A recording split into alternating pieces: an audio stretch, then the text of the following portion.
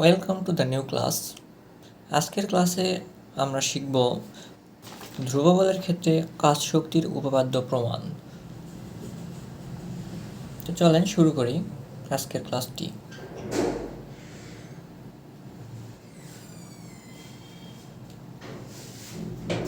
আজকের বিষয় ধ্রুব বলের ক্ষেত্রে কাজ শক্তির উপপাদ্য প্রমাণ। তাহলে আমরা জানি কাজ শক্তির উপপাদ্য কোনো বস্তুর উপর প্রযুক্ত বল দ্বারা কৃত কাজ বস্তুর গতিশক্তির পরিবর্তনের সমান, অর্থাৎ ডাব্লু সমান ডেল কে।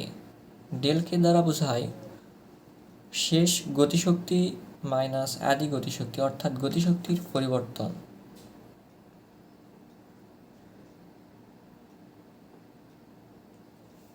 তাহলে প্রমাণের ক্ষেত্রে আমরা দেখব,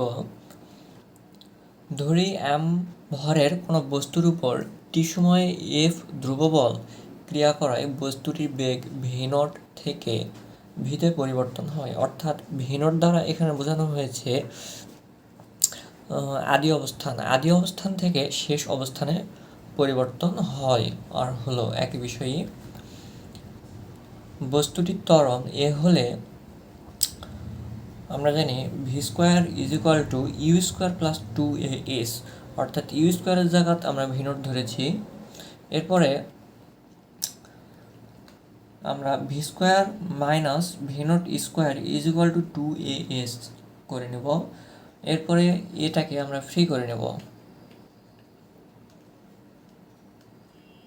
তাহলে এটাকে ফ্রি করার জন্য আমরা এখানে 2s গুণাকারে আছে, তাহলে 2sটা ওই পর্যায়ে ভাগ হয়ে যাবে।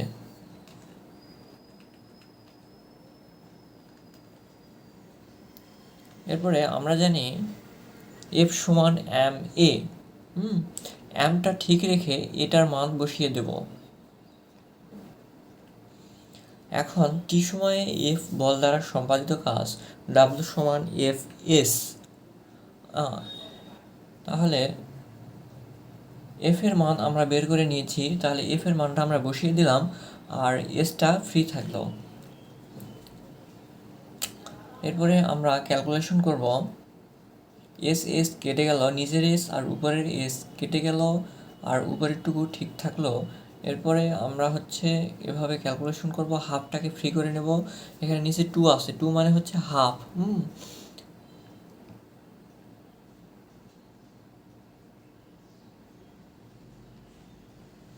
এখানে দেখো হাফ এম ভি স্কোয়ার, অর্থাৎ হাফটা আমরা দুই পাশে ভাগ করে দিয়েছি। এখানে হাফটা এম ভি স্কোয়ারের সাথে এবং এম নট ভি স্কোয়ারের সাথে গুণ আকারে ছিল, দুইটা আমরা ভাগ করে নিয়েছি।